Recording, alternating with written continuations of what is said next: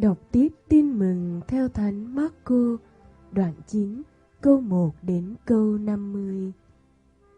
Đức Giêsu còn nói với họ: Tôi bảo thật các người, trong số các người có mặt ở đây, có những kẻ sẽ không phải nếm sự chết, trước khi thấy triều đại Thiên Chúa đến, đầy uy lực.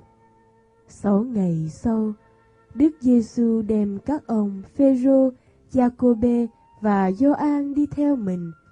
Người đưa các ông đi riêng ra một chỗ, chỉ mình các ông thôi, tới một ngọn núi cao. Rồi người biến đổi hình dạng trước mắt các ông. Y phục người trở nên rực rỡ, trắng tinh, không có thợ nào ở trần gian giặt trắng được như vậy. Và ba môn đệ thấy ông Elia cùng ông Mô-sê hiện ra đàm đạo với Đức Giêsu. Bấy giờ, ông Phêrô thưa với Đức Giêsu rằng: Thưa Thầy, chúng con ở đây hay quá. Chúng con xin dựng 3 lều, Thầy một cái, ông Mô-sê một cái, và ông Elia một cái. Thực ra, ông không biết phải nói gì, vì các ông kinh hoàng.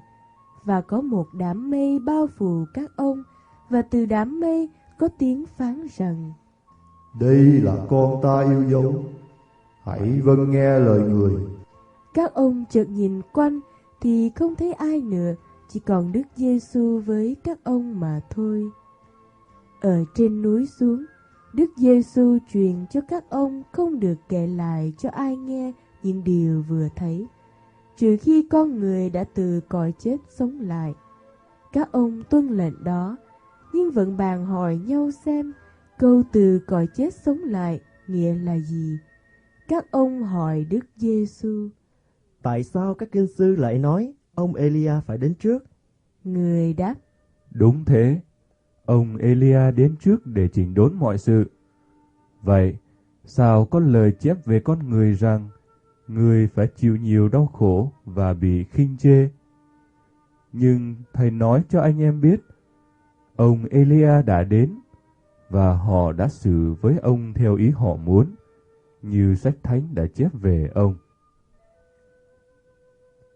Khi Đức Giêsu và ba môn đệ trở lại với các môn đệ khác, thì thấy một đám người rất đông đang vây quanh các ông, và các kinh sư tranh luận với các ông.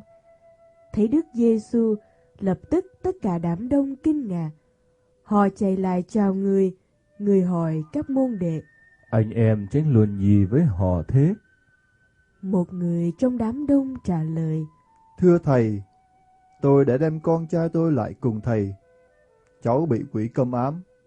Bất cứ ở đâu, hễ quỷ nhập vào là vật cháu xuống. Cháu sùi bọt mép, nghiến răng, cứng đờ người ra.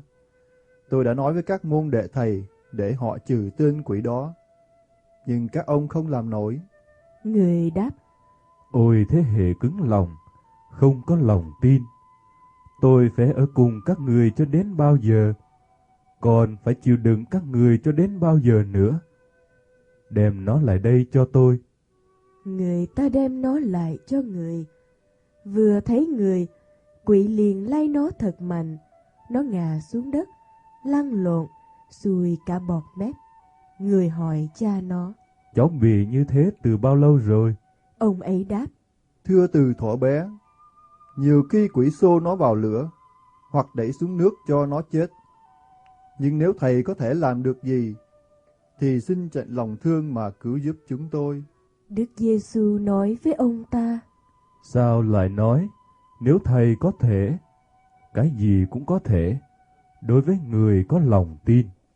Lập tức, cha đứa bé kêu lên: Tôi tin, nhưng xin Thầy cứu giúp lòng tin yếu kém của tôi.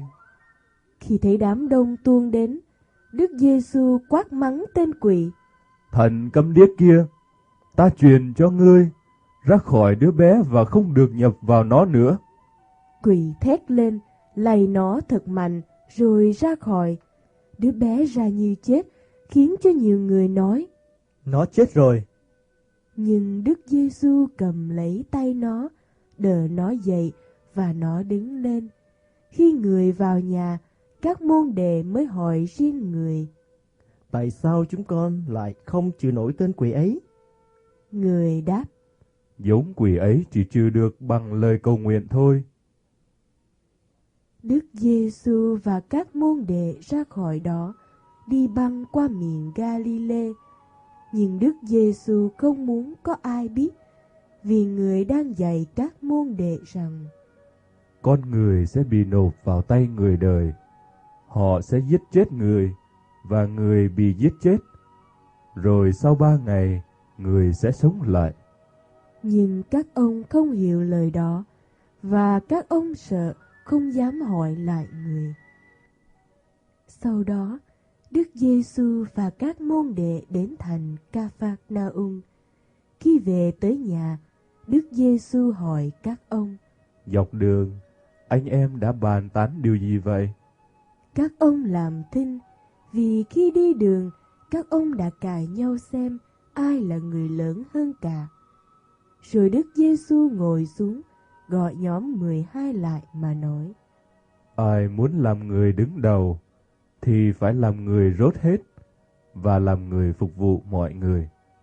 Kế đó, người đem một em nhỏ đặt vào giữa các ông, rồi ôm lấy nó và nói: Ai tiếp đón một em nhỏ như em này vì danh Thầy, là tiếp đón chính Thầy.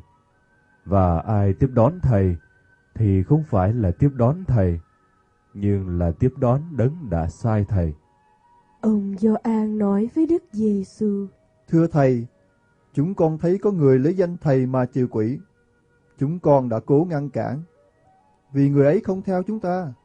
Đức Giêsu bảo: Đừng ngăn cản người ta, vì không ai lấy danh nghĩa Thầy mà làm phép lạ, rồi ngay sau đó lại có thể nói xấu về Thầy. Quả thật, ai không chống lại chúng ta là ủng hộ chúng ta. Ai cho anh em uống một chén nước vì lẽ anh em thuộc về Đấng Kitô, thì Thầy bảo thật anh em, người đó sẽ không mất phần thưởng đâu. Ai làm cớ cho một trong những kẻ bé mọn đang tin đây phải sa ngã, thì thà buộc cối đá lớn vào cổ nó mà ném xuống biển còn hơn. Nếu tay anh em làm cớ sa ngã, thì chặt nó đi. Thà cụt một tay mà được vào cõi sống, còn hơn là có đủ 2 tay mà phải sa hỏa ngục, phải vào lửa không hề tắt. Nếu chân anh làm cớ cho anh sa ngã, thì chặt nó đi. Thà cụt một chân mà được vào cõi sống, còn hơn là có đủ 2 chân mà bị ném vào hỏa ngục.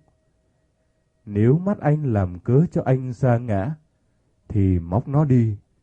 Thà chột một mắt mà được vào nước Thiên Chúa, còn hơn là có đủ 2 mắt mà bị ném vào hỏa ngục, nơi dòi bọ không hề chết và lửa không hề tắt. Quả thật, ai nấy sẽ được luyện bằng lửa như thể ướp bằng muối. Muối là cái gì tốt, nhưng muối mà hết mặn, thì anh em sẽ lấy gì ướp cho mặn lại? Anh em hãy giữ muối trong lòng anh em và sống hòa thuận với nhau.